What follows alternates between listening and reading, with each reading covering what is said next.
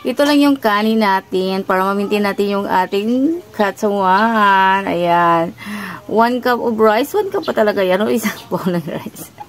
1 cup of rice. Okay. Tapos may talong at saka, walang oil yan ha. Walang oil. Talong lang at saka kamatis at saka sibuyas. Yun na yung sahog niya. Walang iba.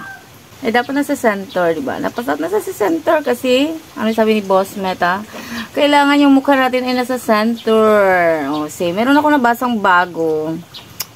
Sabi niya, mas maganda daw magamit talaga tayo ng ating sariling boses. Sariling boses sa ating mga videos para malaki yung kita. May kita na ba tayo?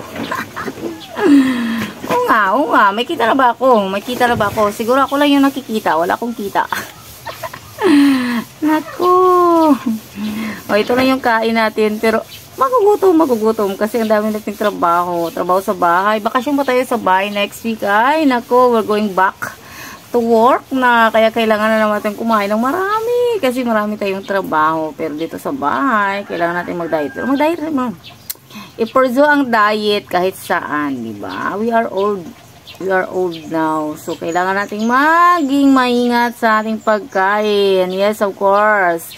Yung pinaka-source ng ating mga karamdaman sa buhay, yung ating mga nararamdaman is stress. Naku, huwag tayong magpa-stress.